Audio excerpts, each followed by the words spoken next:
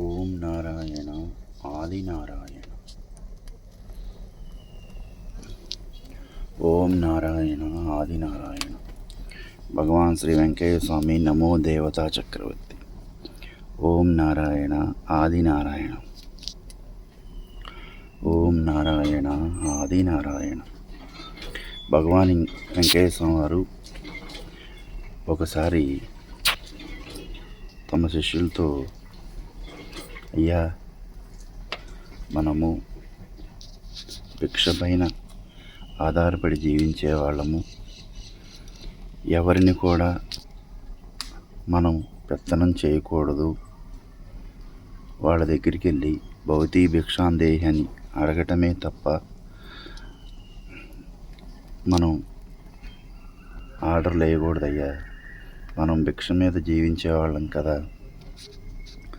వాళ్ళు ఇచ్చారనుకోండి, వాళ్ళ యొక్క కర్మలు పోతాయి. వారు ఇవ్వలేదనుకోండి, వాళ్ళని మనం దూషించరాదయ్యా. అందుకే వెంకటేశ్వర చెప్తారు, మనం తెలుసుకోవాల్సింది ఏంటంటే, మనకు రావాల్సింది ఎక్కడున్నా వచ్చిద్ది. మనకి అంటే ఇక్కడ రావాల్సిందంటే ఏంటంటే, మనం దేవస్థానంకి వెళ్ళి ఆ దేవస్థానంలో భగవన్నామస్మరణ చేసుకుంటే ఫలితం వస్తుంది. అదే భగవంతుని ప్రాంగణంలోకి వెళ్ళి భగవన్నామస్మరణ చేయకుండా ఇతరత్ర విషయాల్లో పాల్గొని మనం చేసే తప్పులకి ఫలితం రాదు కదా. అందుకని భగవాన్ వెంకటేశ్వర వారు భిక్షాటనలో ఎవరిని కూడా భౌతి భిక్షాందేహి అని అడగటమే తప్ప మనం పెత్తనం చేయకూడదయ్యా. ఇచ్చిన వాడికి పుణ్యం, తీసుకున్న మనకి క్షుద్రబాధ తీరుతుందయ్యా అని చెప్పారంట సేవకులకి. అందుకని ఎప్పుడూ కూడా శ్రీ వెంకటేశ్వర వారు చెప్పిన విధంగానే సేవకులు అలాగే తపమాచరించారు. అందుకని మనం కూడా ఆయన ఎంత సామాన్యమైన జీవితాన్ని గడిపారో, ఎంత నిడారంబరంగా ఉన్నారో అది మనం తెలుసుకొని ఇప్పటికైనా మన జీవిత విధానాన్ని మార్చుకుంటే ఆ పరమాత్ముడి యొక్క తత్వం మనకు అర్థమవుతుంది. అంతేకాని నేను ఇన్నాళ్ళ నుంచి వస్తున్నాను, అన్నాళ్ళ నుంచి అక్కడికి వెళ్తున్నాను, నాకేం కనపడలేదు అంటే కాదు. చూడండి మనకి ఎంత బోధ చేశారు. అయ్యా, మనం భిక్ష మీద ఆధారపడి జీవించే వాళ్ళం కదయ్యా అన్నారు. అన్నీ ఇవ్వగలిగిన సమర్థుడు, ఏదైనా ఇవ్వగలిగిన వారు, ఏదైనా చేయగలిగిన వారు ఈ భూమి మీదకి వచ్చి తమ నియమాలను ఉల్లంఘించకుండా మన చేత చేపించటానికి భిక్ష అనే ఒక మార్గాన్ని చూపించి అక్కడ మనకి ఏం చెప్పారు?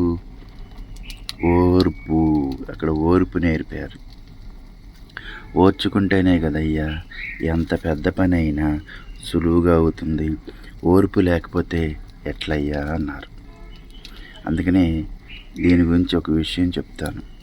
ఓం నారాయణ ఆదినారాయణ. భగవాన్ వెంకటేశ్వర స్వామి వారు గురవయ్య స్వామివారికి ఓ పావలా ఇచ్చి, అయ్యా పొగాకు తీసుకురాయ్యా అన్నారు.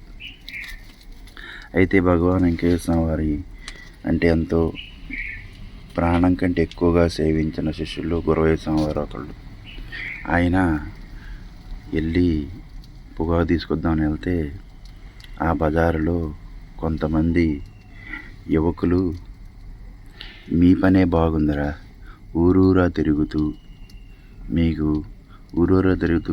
ఇష్టమైన భోజనాన్ని, ఇష్టమైన కోరికలు తీర్చుకుంటున్నారా, ఒళ్ళు బాగా పెంచుకుంటున్నారా, మీరు దొంగ సాధువులరా, మీరు దొంగలరా అని వాళ్ళు ఎన్ని మాటలు అంటున్నా ఓర్చుకున్నాక వెంకయ్య స్వామిని అనే తలకి ఈ గురవయ్య స్వామి ఓర్చుకోలేకపోయారు. అందుకని అప్పుడు వాళ్ళ మీద ఎగబడ్డాడు. మా వెంకయ్య స్వామి దొంగ సాధువు కాదు, మా వెంకయ్య స్వామి దేవుడు, మా వెంకయ్య స్వామి పరమాత్ముడు, మా వెంకయ్య స్వామి అన్నాల దేవుడు, మా వెంకయ్య స్వామి బిడ్డలకి తల్లిదండ్రి లెక్క. అలాంటి వెంకయ్య స్వామిని మీరు ఈ రోజున దొంగ సాధువు అంటారా? అది తప్పు కదా అని వాళ్ళ మీద ఎగబడి తగాదా పడ్డాడు. పడి ఆ పొగాకు తీసుకుని కొనుక్కొని వస్తే వెంకయ్య స్వామి వారు గురవయ్య స్వామిని 10 అడుగుల దూరంలోనే, అయ్యా నీ చేతిలో ఉన్న పొగాకు కాడ కింద పడేయ్యా అన్నారు. ఎందుకు గురుదేవా అన్నారు. అయ్యా ఎందుకు గురుదేవా అని అడిగారు. అప్పుడు వెంకయ్య స్వామి చెబుతున్నారు, అయ్యా ఓర్చుకుంటేనే కదయ్యా మనం సాధువులం, ఓర్చుకోకపోతే దొంగ సాధువులమే కదయ్యా అన్నారు. అంటే ఇక్కడ ఎంత వివరణ ఇచ్చారు చూడండి. ఓర్పులోనే విజయం ఉంది, ఓర్పులోనే సంతోషం ఉంది, ఆ ఓర్పుతోనే ఏదైనా సాధించవచ్చని భగవాన్ వెంకటేశ్వర వారు మనకి వివరించి ఉన్నారు. అందుకని ఎక్కడో బజార్లో జరిగిన సంఘటన తన శిష్యుడు గురవయ్య స్వామి వారు పొగాకు తీసుకొచ్చినాక, అయ్యా నీ చేతిలో ఉన్న పొగాకు నేల మీద పడి అది పనికిరాదయ్యా అన్నారు. అంటే ఇక్కడ ఏమిటి అర్థం? చెడు మాటలు విన్నా, చెడు మాటలు మాట్లాడినా స్వామివారు ఏనాడు ఒప్పుకునేవారు కాదు. అందుకని ప్రతి ఒక్కరం ఇది గ్రహించుకుని మనం నడుచుకోవాలి. ఓం నారాయణ ఆది నారాయణ. సంగంజాలముడి భగవాన్ అభయ వైకుంఠాశ్రమంలో హోమం అనంతరం ఈ వీడియో పెడుతున్నాను. ఓం నారాయణ ఆది నారాయణ. ఓం నారాయణ ఆది నారాయణ. ఓం నారాయణ ఆది. ఓం నారాయణ ఆది నారాయణ. ఓం నారాయణ ఆది నారాయణ. ఓం నారాయణ ఆది నారాయణ. ఓం నారాయణ ఆది నారాయణ. ఓం నారాయణ ఆది నారాయణ. తెనాలి నుండి సంగంజాలమూడి గ్రామం 7 కిలోమీటర్లు. తెనాలి నుండి గుంటూరు వైపు వెళ్ళే మార్గంలో సంగంజాలమూడి గ్రామం ఉంది. ఆ గ్రామంలో భగవాన్ శ్రీ వెంకయ్య స్వామి అభయ వైకుంఠాశ్రమం ఉంది. అభయ వైకుంఠాశ్రమం ప్రతినిత్యం హోమం జరుగుతూ ఉంటుంది. ప్రతి శనివారం విశిష్ట హోమం జరుగుతూ ఉంటుంది.